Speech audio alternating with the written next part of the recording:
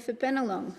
Thank you, Deputy Speaker. It's my great pleasure to rise today to speak in support of this TLAB bill. It's an important bill that shows that Labor does care about small business and the not-for-profit sector. In my time as the Mayor of Ryde, while I worked for my family's small business and grew it, and now as the member for Bennelong, I spent a lot of time talking with small business owners. The important role they play in Bennelong and across Australia is clearer than ever. The small business sector is vital to our economy and our well-being. It's a sector that remains very close to my heart. Small businesses play a crucial role in local job creation.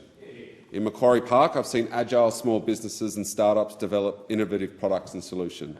In West Ryde, I've seen new family businesses open up, serving the tastiest of foods for our local community, and in Eastwoods, I've worked with small businesses over the years to shield them from the worst impacts of the pandemic. A strong, resilient and diverse small business sector means a strong, resilient and diverse Australian economy. In talking to small business owners like Grace, who runs a small news agency in Ryde, it has been abundantly clear that the last few years have been very tough. The impact of the pandemic and economic uncertainty have left small businesses struggling. We had supply chain disruptions and we had closed borders and labour shortages. It's therefore critical that the House acts to further support what the Minister rightly calls the engine room of the Australian economy. And thankfully, the last budget has funded these two important mechanisms to provide support, those mechanisms in this bill. This bill delivers significant new and practical measures to support resilience in both small business and the not-for-profit sector, helping them both prosper and deliver through challenging conditions. The first mechanism, and as we've heard through other speakers, is the implementation of the $20,000 instant asset write-off, which will help improve cash flow and reduce compliance costs for small businesses. This instant asset write-off will apply on a per-asset basis, so small businesses can instantly write off multiple assets. So it could be new point-of-sale software, kitchen equipment, machinery, manufacturing equipment or new telecommunication systems. Whatever that needed asset may be for growing small businesses or those who need to digitise, this bill, should it pass, will make it easier for small businesses to access them.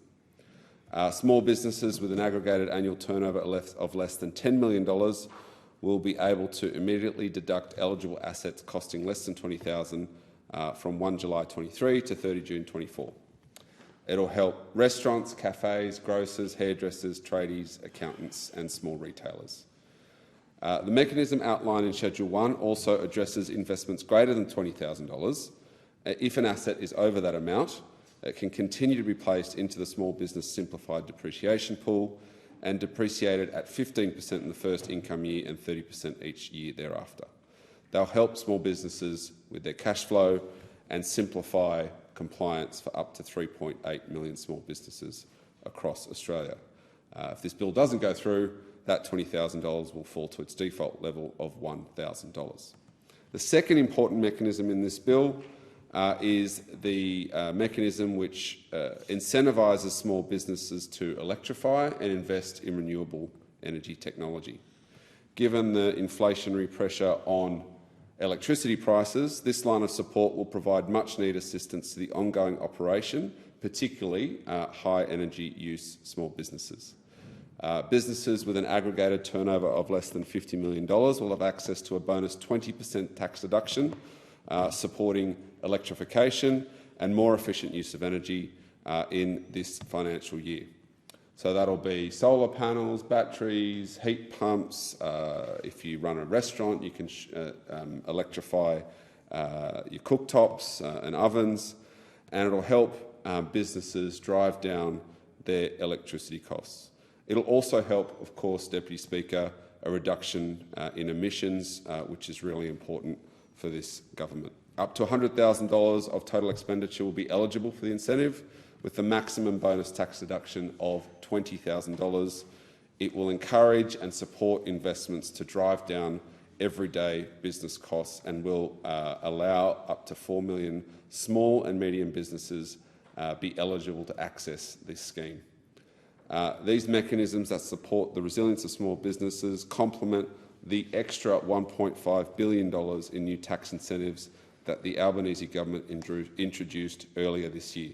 So there's the technology and investment boost, the skills and training boosts, now this renewable energy incentivification, and also the instant asset write-off. These are all measures which we've put into place under the Albanese government to help small businesses get through a really tough time. There's quite a bit there on simplifying compliance for non-for-profits, and I commend the relevant ministers for their really hard work there. This is a comprehensive bill, one that will help small business right across Bennelong and Australia.